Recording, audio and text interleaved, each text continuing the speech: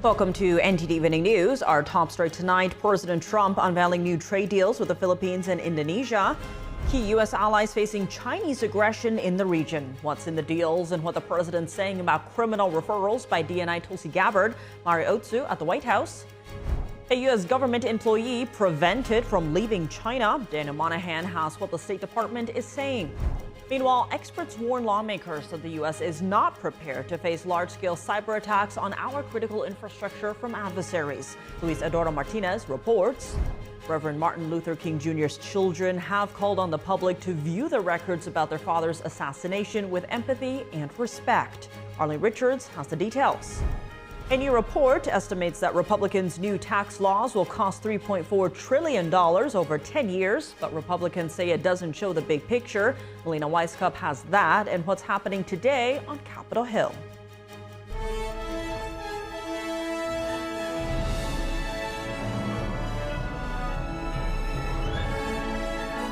This is NTD Evening News, live from our global headquarters in New York City. Here's Tiffany Meyer.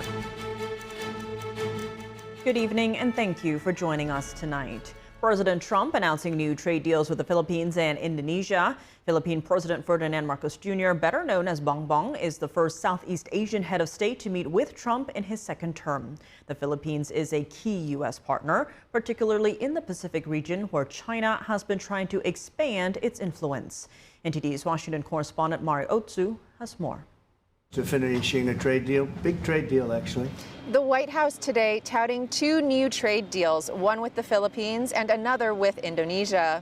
Following his meeting with President Marcos of the Philippines earlier today, President Trump announced that the Philippines will pay a 19% tariff while the U.S. will pay 0%. This announcement comes after the two world leaders celebrated their ties in the Oval Office meeting earlier today, where President Trump touted his efforts at untilting the Philippines toward China. Our strongest, closest, most reliable ally has always been the United States. The country was maybe tilting toward China, but we untilted it very, very quickly.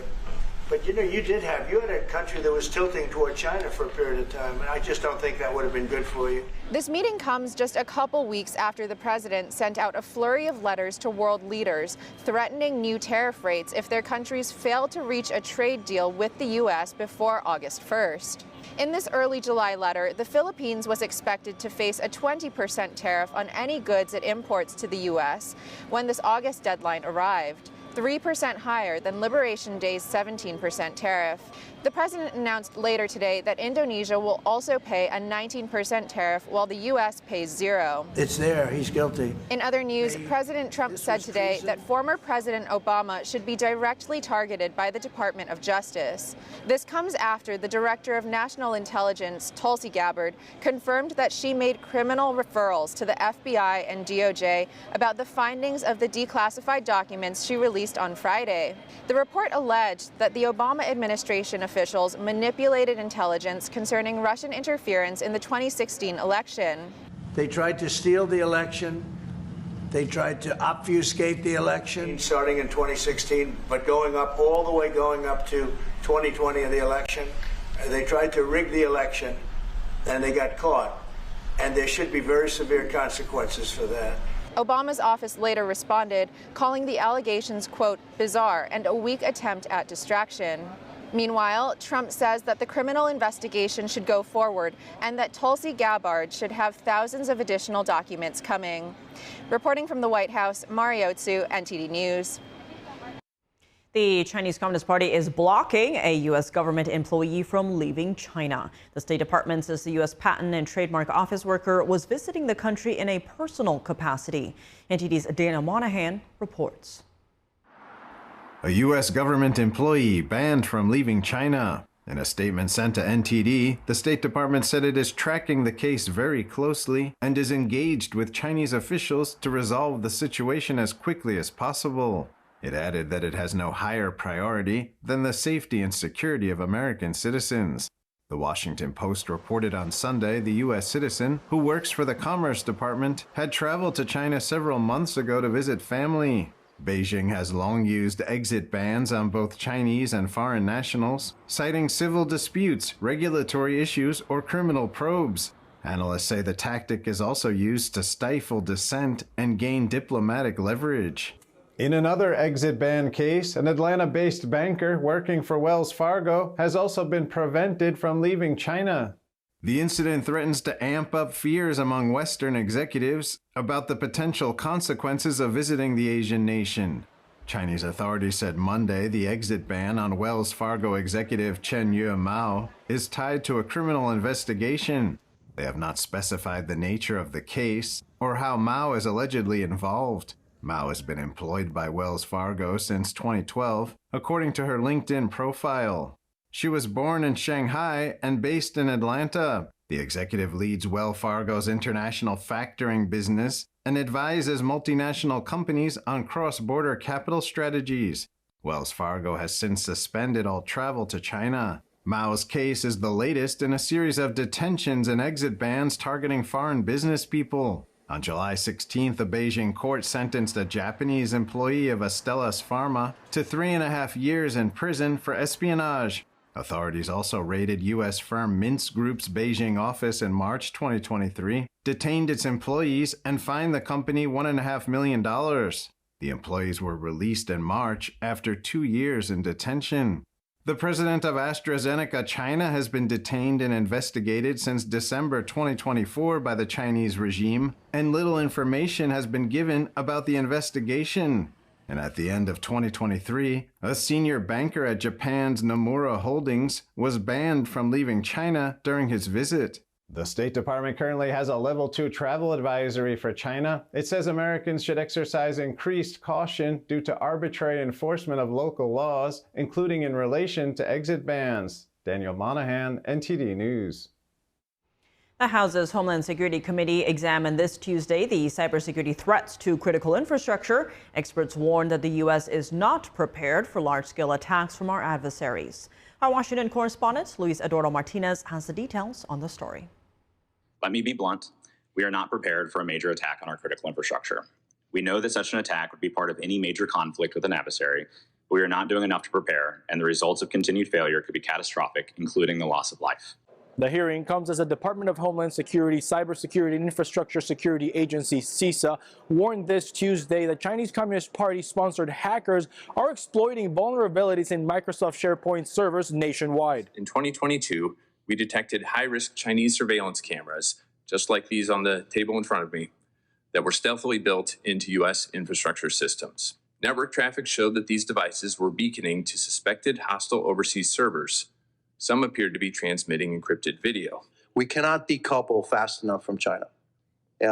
Things that may be innocuous, cameras, all right?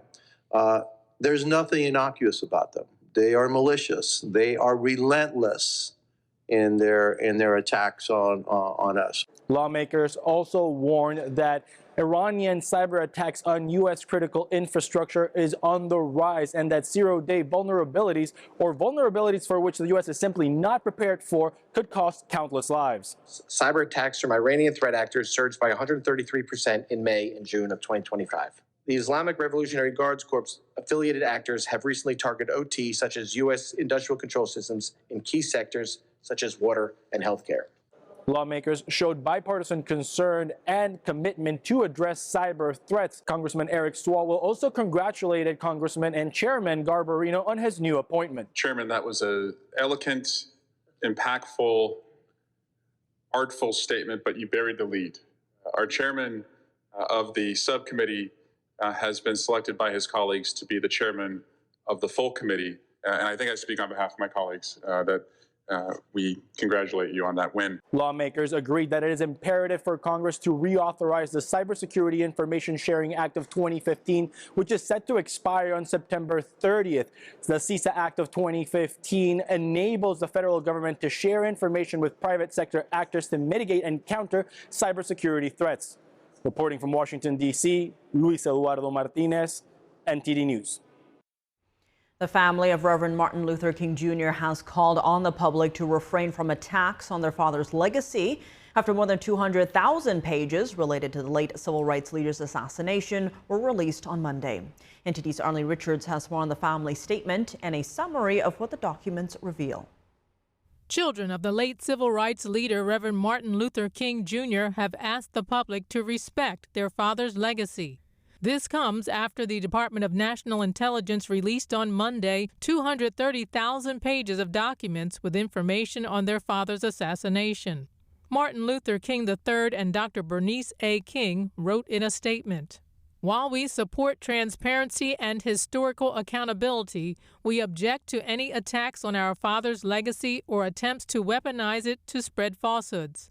We strongly condemn any attempts to misuse these documents in ways intended to undermine our father's legacy and the significant achievements of the movement," referring to the American civil rights movement spearheaded by their father. Included in the documents are interviews with a former cellmate of James Earl Ray, the man convicted of the assassination. The former cellmate said Ray discussed his assassination plot. Other records include internal FBI memos and never-before-seen CIA records regarding an international search for the prime assassination suspect. Director of National Intelligence Tulsi Gabbard, who announced the release, said, "Under President Trump's leadership, we are ensuring that no stone is left unturned in our mission to deliver complete transparency on this pivotal and tragic event in our nation's history." King's children have declined to be interviewed about the release. In their statement, they say their father's death was caused by someone other than James Earl Ray, who they believe was set up as a scapegoat by co-conspirators in the government and others. President Trump issued an executive order in January calling for the declassification of assassination records related to King, President John F. Kennedy, and Senator Robert F. Kennedy. The Kennedys' records were released earlier this year. Arlene Richards, NTD News. As Republicans continue to cheer their new tax and spending law, the Congressional Budget Office released new estimates on what it's expected to cost. However, Republicans are brushing off the report, saying it doesn't consider economic gains. NTD's Melina Weisskopf has the update.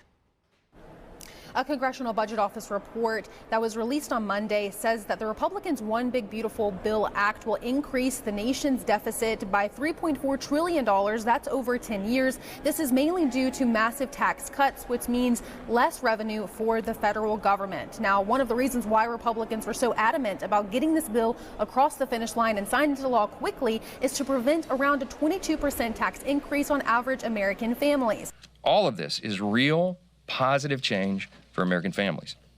The kind that they are going to directly feel in their bank accounts, they're going to see it in their neighborhoods, and they're going to count on it for years to come. But nevertheless, this new report does give Democrats more room to criticize this Republican bill and the potential impacts that it could have on the nation's debt, though the White House says this report does not show the full picture. Here's both sides.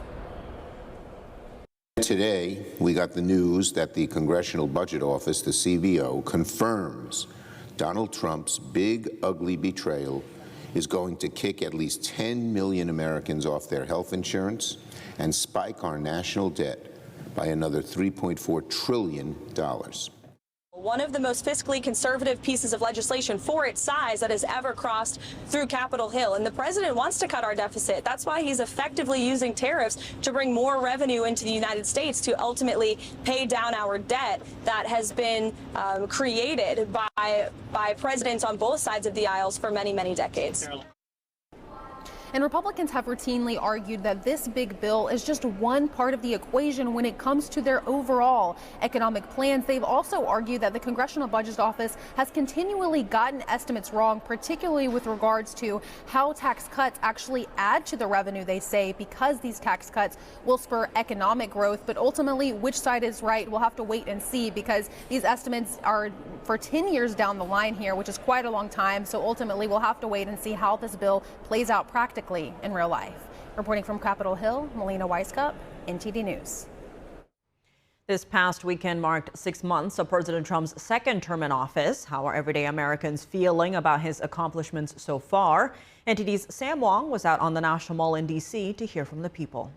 What are some of the things that strike you the most that President Trump has done so far in his second term? Securing the borders and the tariffs. He's done a lot of good. He's getting rid of some stuff that we need to get rid of. You got to go with the immigration ban as far as the worst thing he's done so far. Just what he's doing to immigrants, and then that can flip over to other citizens that he doesn't like. Oh, I think his ability to close the border and just make us feel a little safer. Big, beautiful bill. I mean, making that happen without extending the effort for the next 6 months. And that's what he is on everything that he's working. It's just get it done. Right now, it's all of the, trying to sell off all our national parks. That one has really, and just like I find it really, really offensive to kind of mortgage the future and all the beautiful places that my daughter won't get to see. What are some of the things that you agree with, and what are some of the things that you think is kind of lacking here?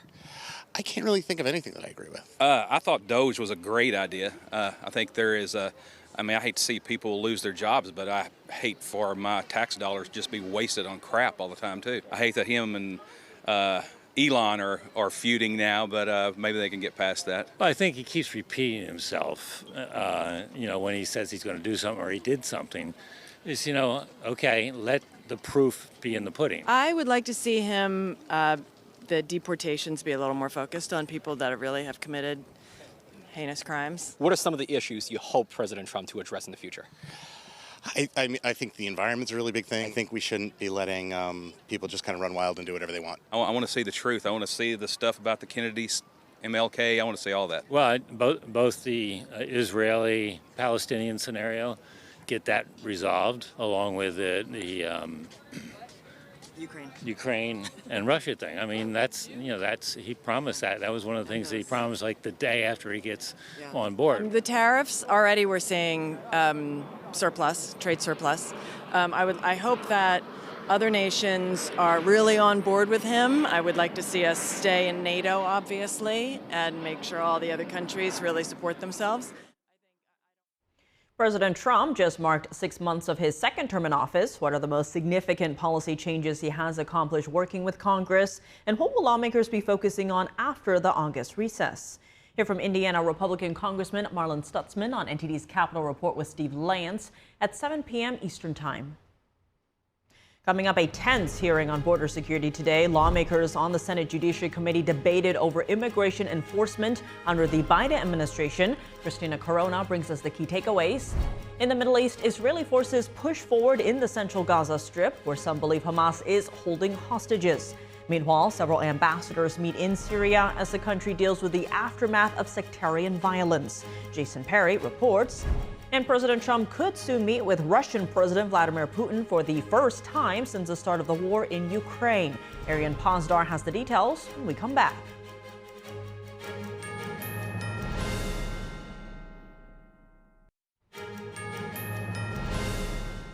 Welcome back. I'm Tiffany Meyer. Emotions ran high on Capitol Hill during a Senate hearing on immigration enforcement.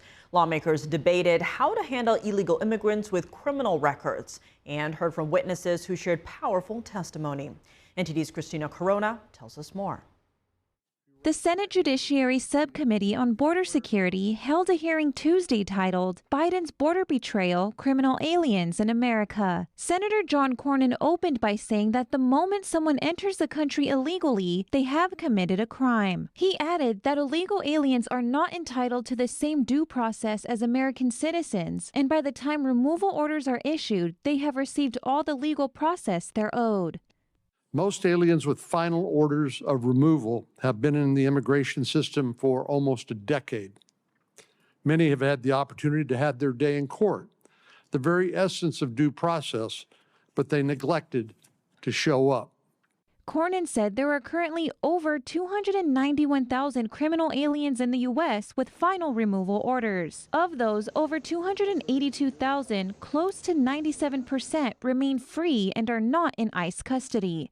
Some of these criminals are part of transnational criminal networks and organized gangs.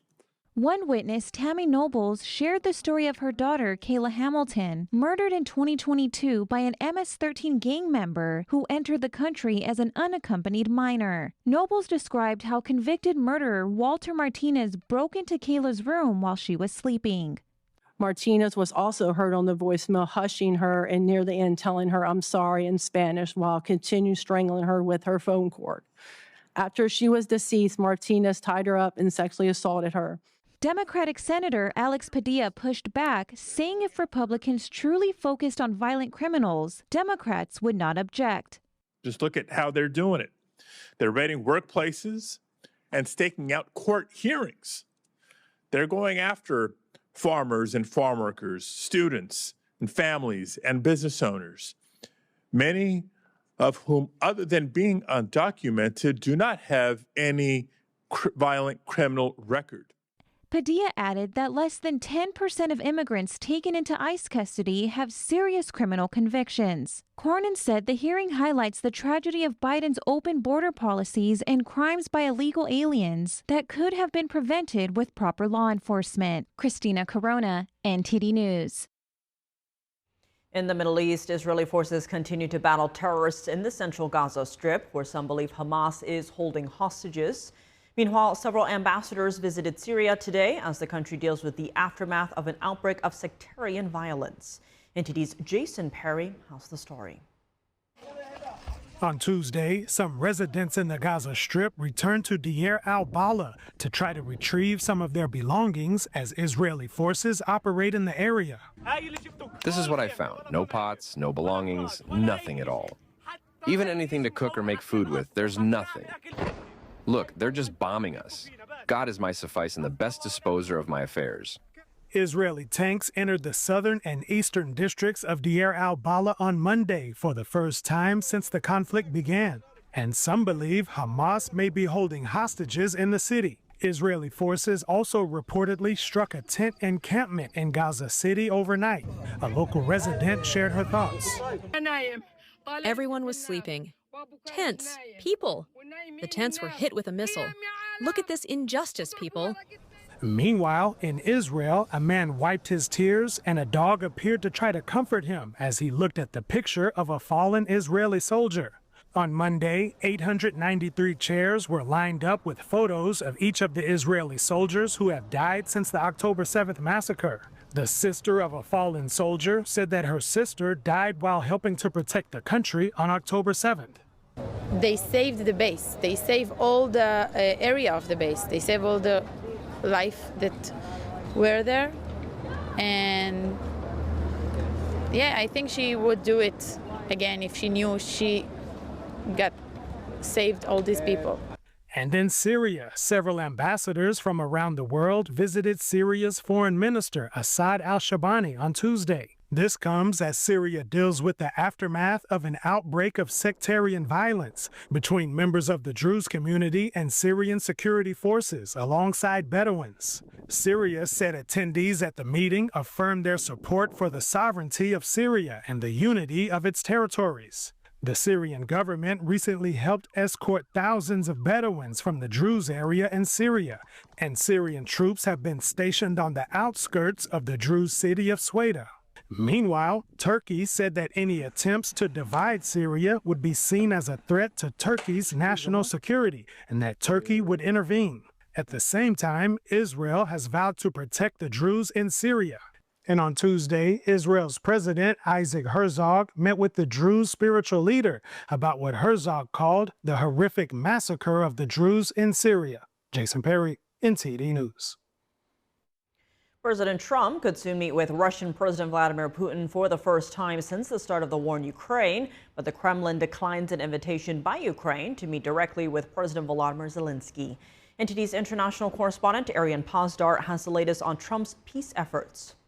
She's invited me to China, and we'll probably be doing that in the not too distant future. President Trump on Tuesday suggesting he might meet with Russian President Vladimir Putin. On Monday, Putin said he plans to travel to China in September and that he's open to meet with Trump if he'll be there too. Trump now says he will probably make the trip, possibly setting the stage for the first meeting between him and Putin since the start of the Ukraine war over 3 years ago. Last week, President Trump gave Russia a 50-day deadline to strike a peace deal with Ukraine. Otherwise, any country doing business with Russia could face a 100% import tariff. On Tuesday, the State Department was asked whether it had a message for Russia's main trading partners like China. 80% of dual-use material is from China for Russia. The President and the Secretary have many tools in their tool chest when it comes to how to address that issue. The spokesperson was also asked about Russia's progress regarding the 50-day deadline, since 8 days have already passed. She suggested that the US might give Russia and its trading partners some leeway, if negotiations are moving forward. If there's a genuine negotiation happening and it's in motion, then things can change rapidly. Also on Tuesday, Ukrainian President Volodymyr Zelensky renewed his offer to meet with Russia's Vladimir Putin. Officials from both countries are set to hold another round of talks in Turkey on Wednesday.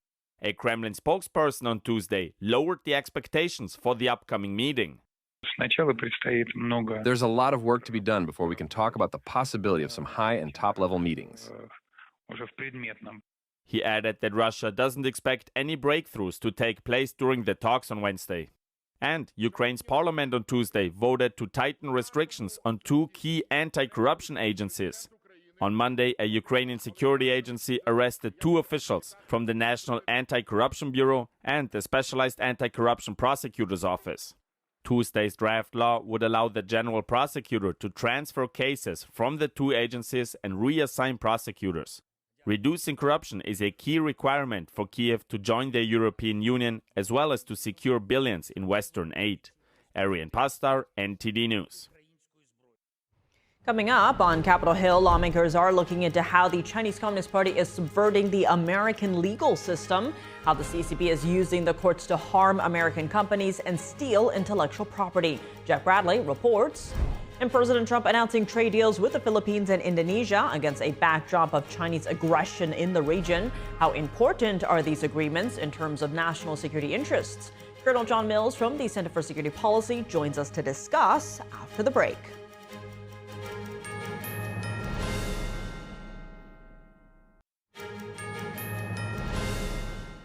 Welcome back. I'm Tiffany Meyer. The Chinese regime is targeting America's legal system. Members of a House Judiciary Subcommittee probe the extent of the Chinese Communist Party's abuse of U.S. courts.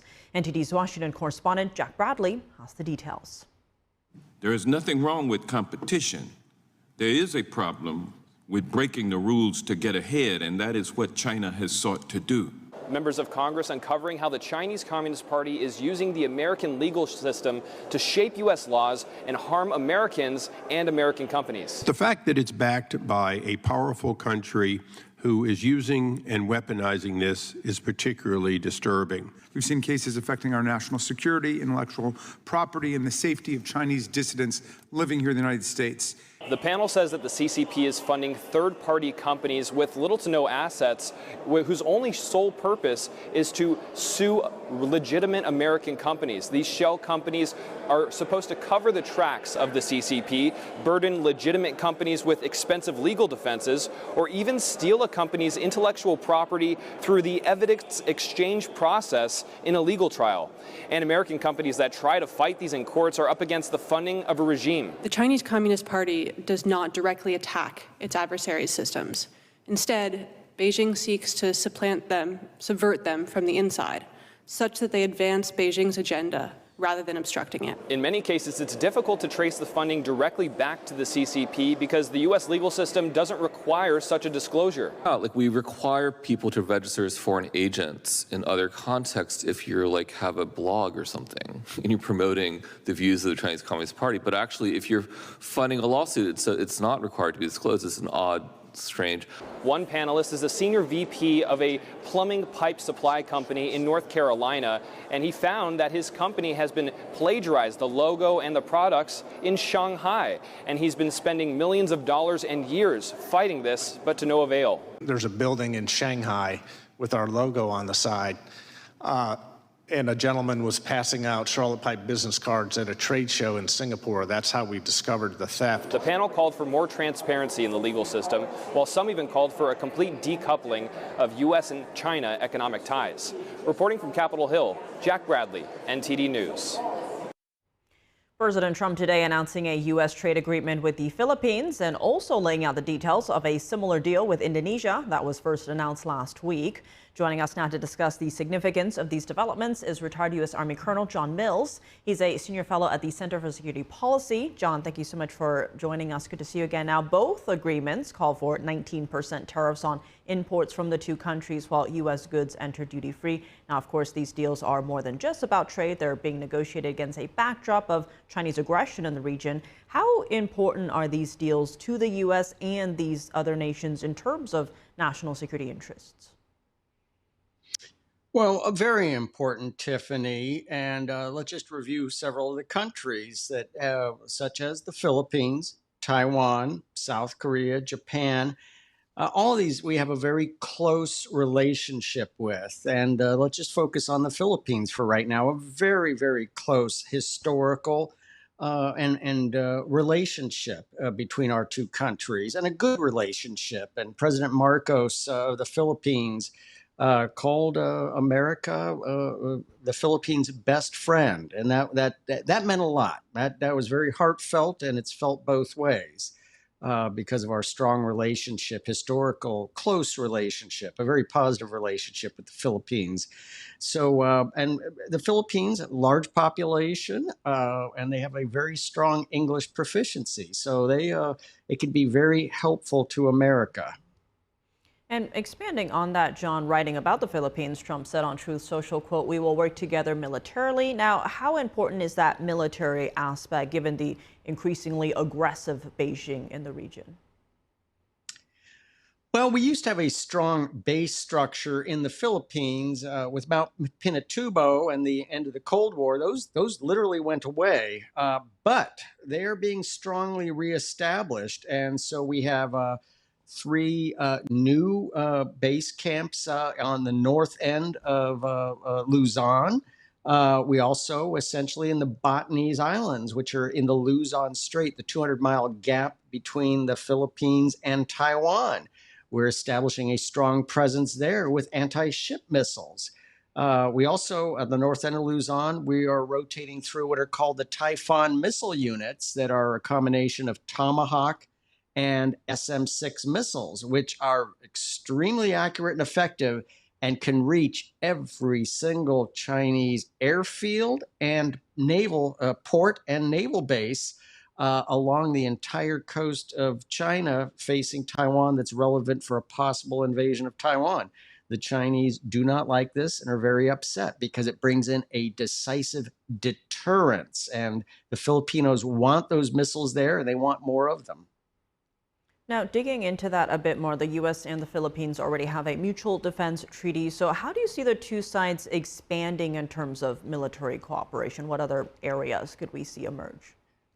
Well, we also have a facility on Palawan. That's the long, narrow island, kind of slants from the southwest to the northeast, facing the South China Seas. That's very important. We're putting missiles there too.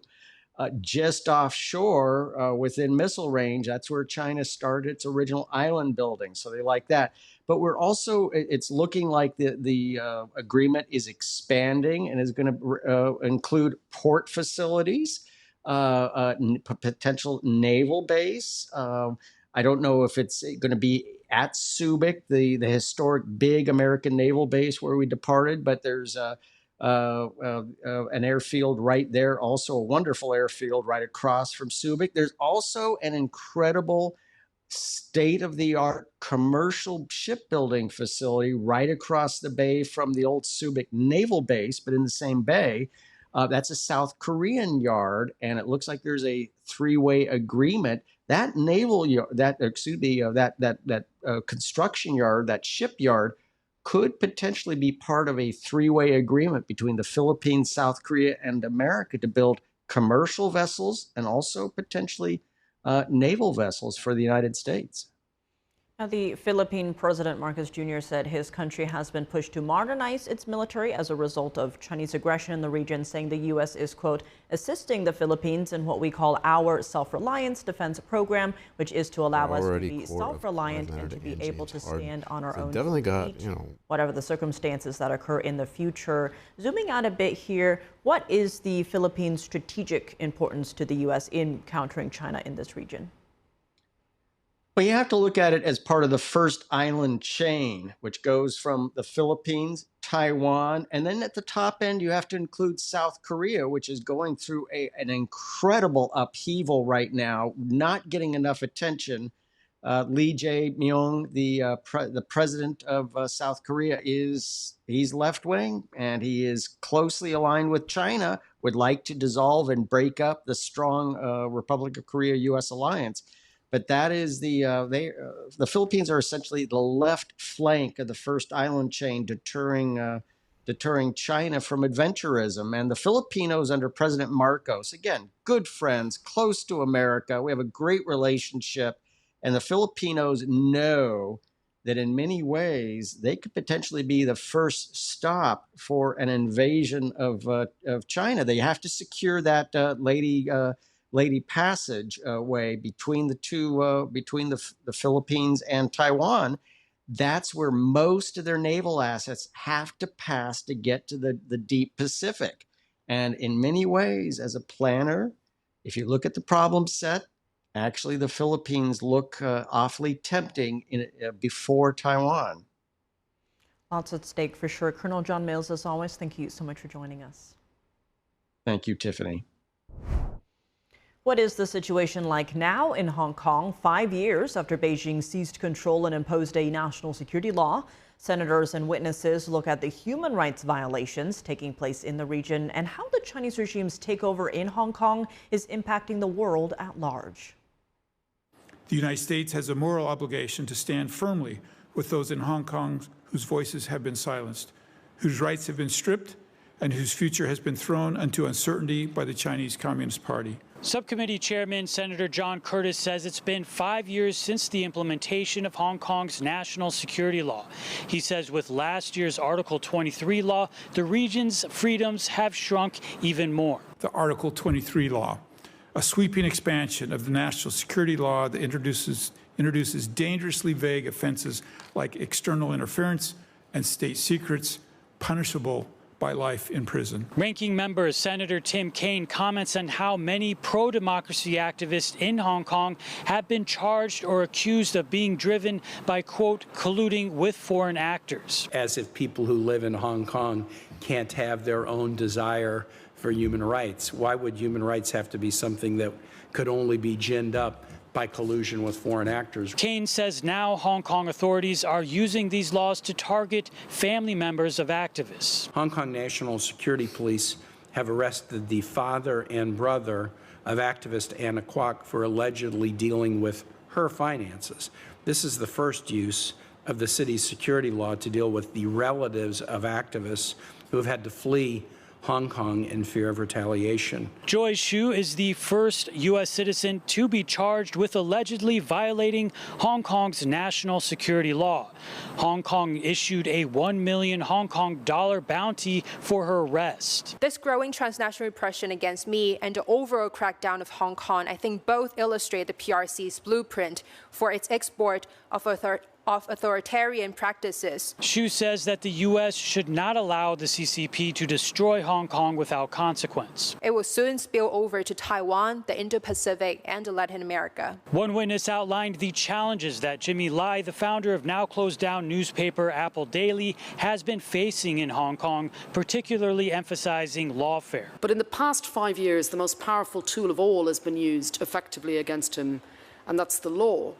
What we've seen is a barrage of spurious lawsuits and prosecutions against him, all designed to do one thing, to silence him and to have a chilling effect on any others who might dare to speak truth to power. Another witness highlights the challenges that the world now faces after the CCP has taken over Hong Kong without intervention. Hong Kong contributes substantially toward Russia's war of aggression against Ukraine. As a direct result of the CCP's undermining of rule of law, Hong Kong is now a risky place to do business.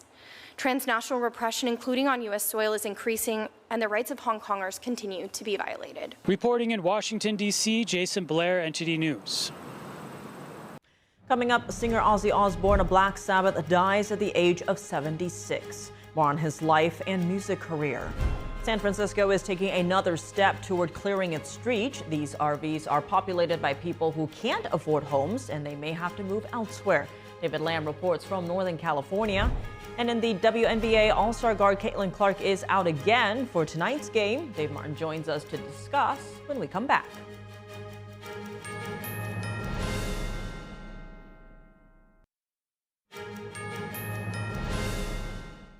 Welcome back. I'm Tiffany Meyer. British singer and performer Ozzy Osbourne has died at the age of 76. He's best known as the lead singer of the heavy metal rock band Black Sabbath. Osbourne's family announced that he passed away this morning surrounded by his family. It comes just weeks after he reunited on stage with his bandmates in Villa Park, Birmingham in the UK. Osbourne had Parkinson's disease and had also suffered other health problems in recent years. Besides music, he was known for appearing in the reality TV show The Osbournes about his family life. Through his career, Osbourne won 5 Grammys and a number of other music-related awards. It's a situation far too common. How to resolve the homeless crisis. San Francisco is trying to address the hundreds of RVs in its city with homeless people living in them. NTD's David Lamb reports. This is Lake Merced Boulevard in San Francisco, where RVs have become shelter for people who can't afford homes. They might not be here any longer as the iconic city is voting to limit parking to 2 hours for RVs. And so what we're trying to do is put forward a plan that we think balances both compassion for those families to help give them better options and for accountability to ensure that our roadways are clear.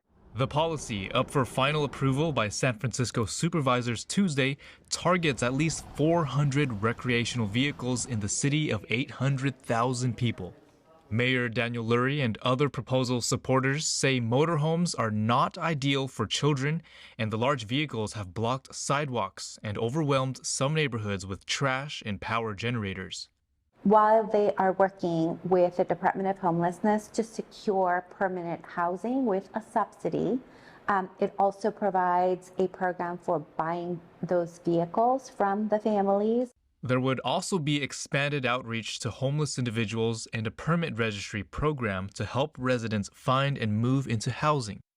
Obviously, San Francisco has gotten a little bit dirtier over the years, and it's been kind of getting worse and worse. And I would like for the city to look a little bit more beautiful, but at the same time, it's kind of hard to just push people out of their homes. If it is guaranteed that they would actually be able to get an affordable housing, something that they can sustain, then yes, I would absolutely be supportive of that. 55-year-old Carlos Perez works full-time as a produce delivery man. He supports his brother, who is unable to work due to a disability.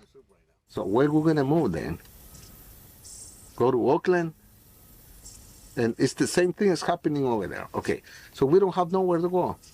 So if I don't think I'm going to be able to pay for an apartment. I'm just going to be stuck trying to stay in my RV all the time, and you never know when they're going to come.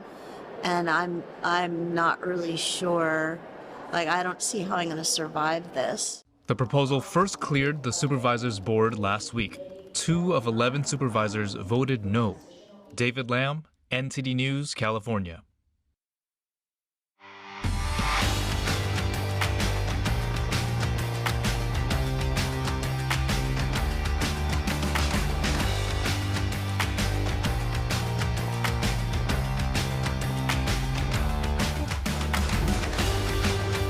And now for your sports news, we're joined by NTD's Dave Martin. Dave, plenty going on right now, but let's start in the WNBA as the league's All-Star break ends tonight with 10 of the 13 teams in action, including the Indiana Fever. What is the status of Fever guard Caitlin Clark?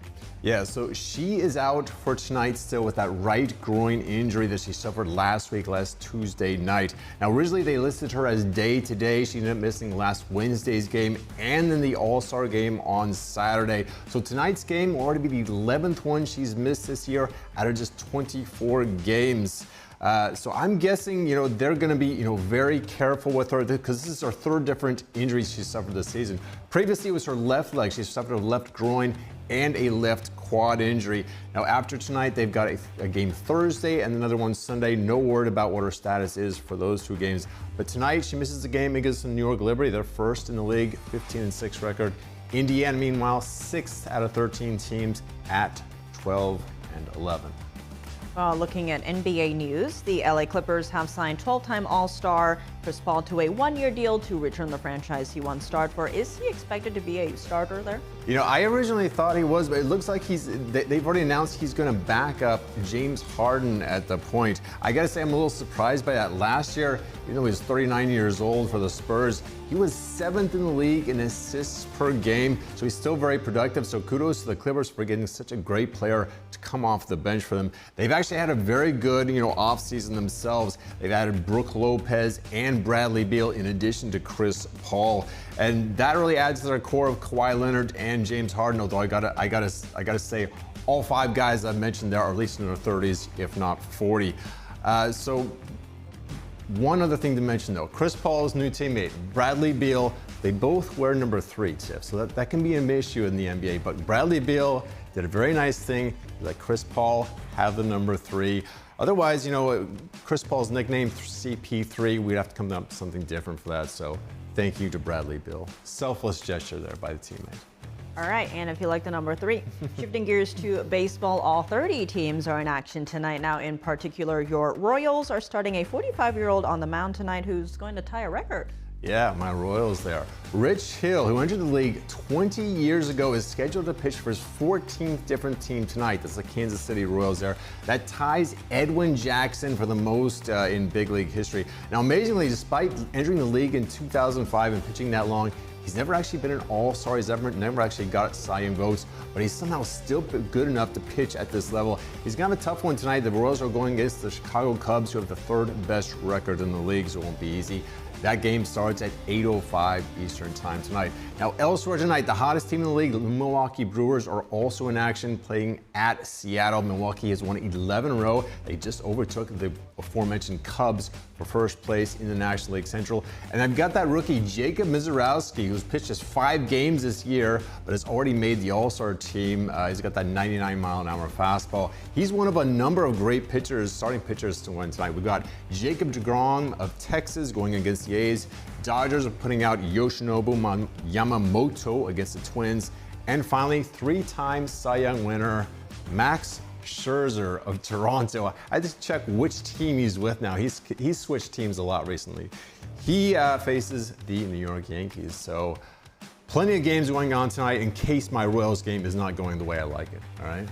Well, you'll have options. Plenty of options. Plenty of options, exactly. Well, Davis Honest, thanks for joining us. Thank you, Tiff. And that's all for today's news. For on-the-clock coverage, visit us at ntd.com/live or download our NTD app. Thanks for tuning in. I'm Tiffany Meyer. Good night.